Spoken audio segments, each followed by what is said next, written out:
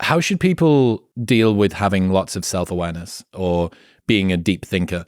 I heard a guy asked Peterson this question: the depth of my consciousness causes me to suffer. Is it a blessing or a curse to feel everything so very deeply? I thought it was a really great question. What's your opinion on that, and how can people with high self-awareness deal with it? So it's funny because, there's someone once told me that, I think my problem is that I have too much self-awareness. And so here's the main thing to understand.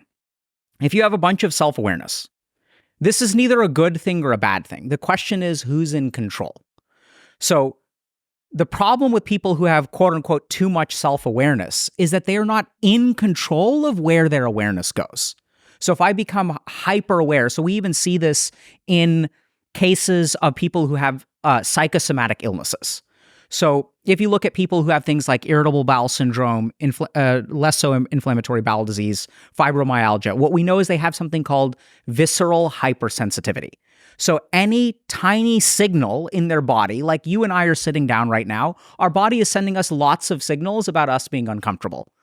But we are able to suppress those. But some people are hyper-vigilant and hypersensitive to their internal signals. And this is the basic problem with awareness, is that if you have too much awareness, it's not that it's good or it's bad, it's that it's out of control.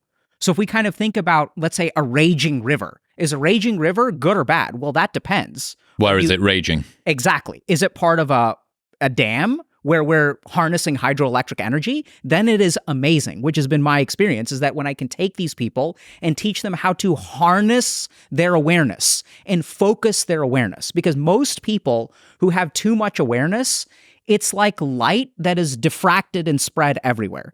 Instead, what you need to do is focus light just like a laser beam, at which point, instead of being diffuse and wasted all over the place because your mind is hyper aware of this, and now I'm thinking about this, and now I'm aware of this, and now I'm aware of this, you need to be able to focus your mind like a laser beam, and then it can cut through things, and it is an amazing tool. So it's about who's in control, not that it's good or bad. What are the strategies that are most efficacious for controlling? So I like a couple of specific practices. So the two very simple introductory ones that I tend to teach people, one is something called Trataka. So I love your Indian accent. Every word that you say in Indian, I want to do the whole podcast in Indian. Okay, sure. We can do podcast in Indian. It's no problem. Okay. So first one is Trataka. Okay. I can't focus. Go back. You can't focus. I will teach you practice. Right? Interesting. You're talking about not. Okay. Don't worry. I will help. Okay. Okay. You can't focus. No problem. Laugh. What is problem? See, laughing is not lack of focus. Let yourself laugh, beta. Come on. Let it out. Right? What is the problem? Enjoy. Focus fully on the laughter. See, this is what I mean. Doing this in front of a jungle background is going to get someone cancelled. No, it's okay. Don't fear the cancellation. Just breathe and you'll be okay. Okay? Your choice. I can go either one. Let's stick with this one for now. I did enjoy that though. So one practice is something that I call Trataka, which is that's what it's called. It's fixed point gazing. So what I tend to find is that so fixed point gazing is usually when you look at something like a candle flame or like a yantra, which is like a spiritual symbol, and you gaze at it for maybe 30 seconds, 60 seconds, 90 seconds. You work your way up slowly, and it's best to learn this from a teacher without blinking. So over time, what literally happens is you tell yourself, okay, I'm going to look at this without blinking. And then over time, your body will send you signals. They're like, hey, we want to blink. This is uncomfortable. Let's move. And so what you're literally doing is you're training your attention to not do this thing. I also like Trataka because there's a certain badassness to it. Right? Like you feel awesome. You, body. Yeah, like I'm gonna control this, and you feel strong and powerful when you do this kind of Trataka practice. Mm-hmm. So we'll do kind of fixed point gazing at a candle. There's also some cool stuff that happens in the practice which keeps people engaged. Like our photoreceptors tend to get exhausted with pigments, and then you have kind of psychedelic experiences and stuff, which is kind of fun. You kind of get tunnel vision on the outside. Right. Yeah. So that's how you know you're doing it right. So there's a lot of good things in the practice. You got to be careful with it. You don't want to damage your eyes or anything, so don't do it excessively. So that's one practice. And the second practice that I really like is something called Kaya Sthiram, which is perfect stillness. So it's just to sit in a space and just be perfectly still. And over time, what will happen is that will become increasingly uncomfortable as your body cries out to you, we want to relax, we want to move, we want to do this, we want to do that. And then usually what becomes beautiful about that is that as your body cries out with more and more pain, what starts to happen is what a lot of people will discover is that breathing becomes amazing. Because as your body becomes uncomfortable, the only solace that you have is the breath. While you're focused on the breath, while you're breathing in and out, then you feel amazing.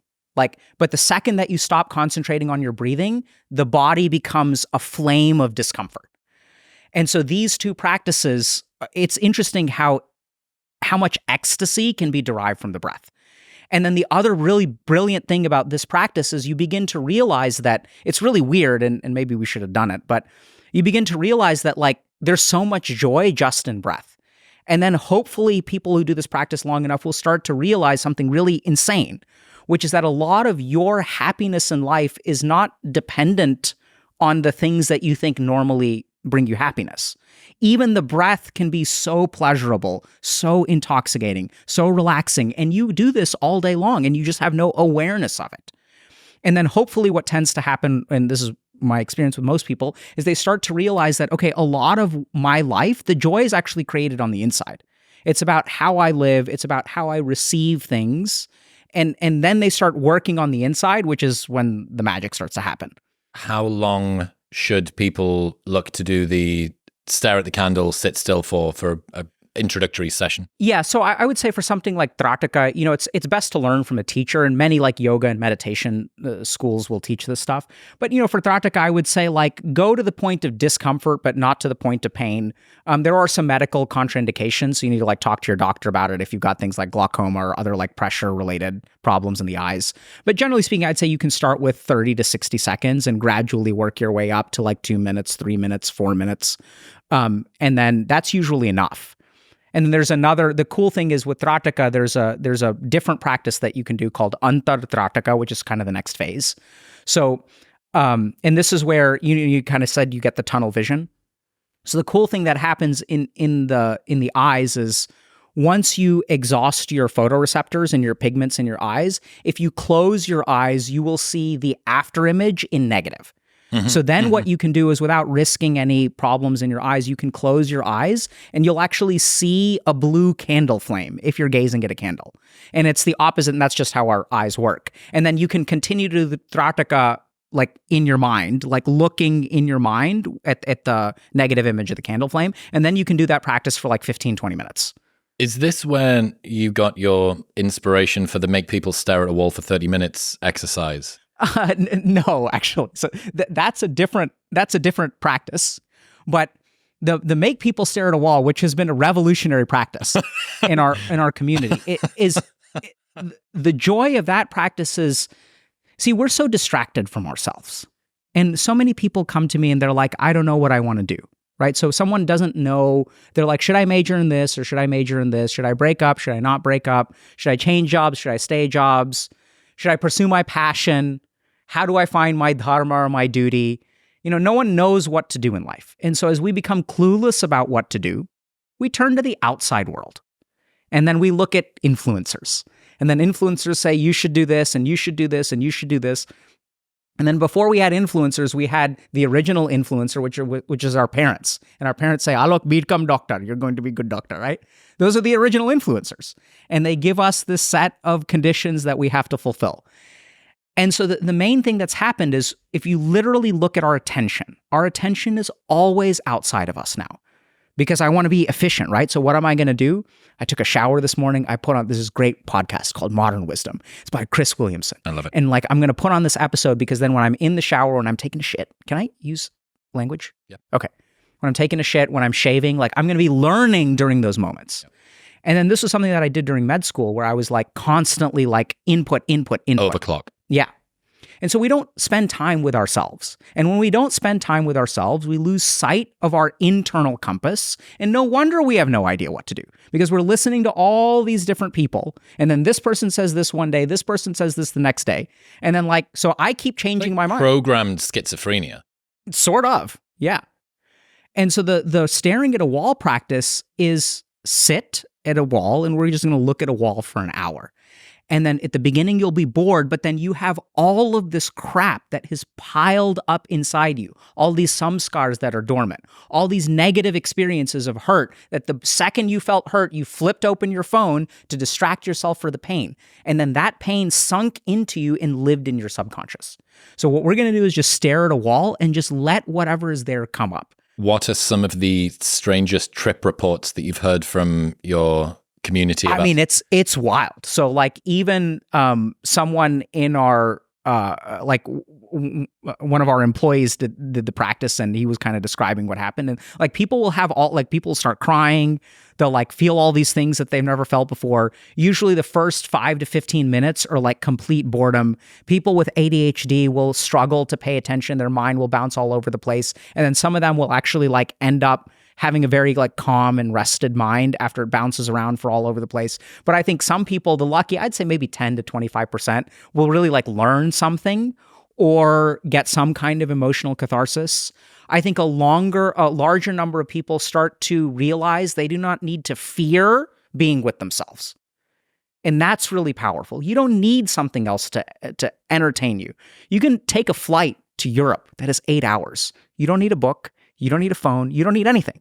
You can sit and, oh my God, it's like so terrifying, right? And so it's amazing what you can learn if you sit with yourself. The challenge for a lot of people is that there's so much negativity in there that it can feel overwhelming. Sitting with yourself is an unbelievably uncomfortable experience. Yeah. And there's a beautiful sort of apocryphal story, like a mythology story in the Hindu tradition about this churning of the ocean. And at the bottom of the ocean, there was like some kind of nectar or ambrosia or some sort of divine substance. But the whole point is that when they started churning the ocean to try to get to it, poison came up first. And so there's a really cool kind of perspective from this yogic tradition that anytime you want to find gold within you, or anytime you want to find nectar or amrut, you're going to find poison first. So the pathway to finding inner peace involves going through poison. I had an insight when I started doing self-inquiry about 5 or 6 years ago that it's kind of like being in a garden and looking for stuff underneath stones. And, every so often underneath the stone, you find something that's really beautiful that you're proud about yourself for. It's a realization that you feel whole. But that's 1 out of 20. And the remaining 19 have something terrifying and disgusting and awful hiding underneath. And I think that's around about the right proportion as well. Yeah. So let me ask you this. Has that changed over your 5 or 7 year? I would say so. But in some ways, the level of attention and the sort of not complexity, but like the level of dexterity and finesse with which I'm looking at stuff has now increased. It's always getting more. It's always getting more. It's always getting more. So as you are getting better at looking within yourself, what has changed about what you're finding? Originally, I think I was just trying to sort of lay down a path. It was really struggling. I remember the first time when I first started reading, all of my 20s, I sent and received like 10 million WhatsApp messages over a decade as a club promoter, right? Mostly on my phone. This wasn't WhatsApp web. So kind of impressive, kind of terrifying. And then I remember when before I even started meditating, I just wanted to read, and I'd look at a book, and as I was sat down, my body would like twitch and move. Presumably because it was trying to down-regulate to this much lower level of stimulus. There was no bings, bongs, no banners coming down, no nothing. It was a piece of paper. So the first 500 sessions of meditation that I did were, I think, just like learning to be able to have a slightly still mind and a slightly still body. Then the next 500 were probably a little bit more about noticing thoughts when they arise. And the next stage where I'm trying to get to now is, where are these coming from? Like, what is the motivation for this story that I tell myself? This is why my current obsession with emotions and feelings is coming from. Also doing therapy to try and see, okay, not just can you sit with it, not just can you notice it, but why is that there? Why is this a pattern that you are seeing more increasingly? So it's kind of hard for me to say, Like, am I becoming, is the proportion of things changing? Because I'm like, each time I move to a different, it's like a computer game where I move to a different garden. Yeah. So I think that's wonderful. And I think, being obsessed about emotions is, I'm sure, not the first obsession you've had. No, true. Right? Very true. So one day you're going to have to ask yourself, where does the obsession of things come from? Right. The meta question. Absolutely. Right. So that's when you get to that level, by the way, all of your obsessions will fall apart. So that's the good thing. So I think, so for a lot of people, and this is, I think, what we see in therapy, right, is that the negativity comes first and then the positivity comes afterward. And so for a lot of people who, and this is what's so hard about internal work, is that, see, the reason that there's so much crap underneath the rocks is because our garden has been untended for such a long time. And so the negativity piles up. And I realized this actually very interestingly. I was working with someone who was an immigrant and was from an Aboriginal kind of tribe. And I realized that in their life, in the normal human's life, we had so much time for emotional processing. We're going to go out as hunter-gatherers. We're going to hunt, right? What is there to talk about? You can talk a little bit, but then for hours, you're with yourself. And that's how our brains evolved. Our brains evolved with a minimum of external stimulation, which means the default mode of where our attention goes, like so much of it, 8 hours of the day, was internal. We used to do all these rote tasks like churning butter. And like churning butter, like, what do you think about when you churn butter? Like our brain defaults to so much time for emotional processing. And now what started to happen is we lose that time, this negativity piles up. Then as you start to look within yourself, there's a bunch of negativity, which is why we need therapists, because most people can't handle that on their own, right? We're not trained to do that. And so over time, though, I think you're going to find a lot of positivity.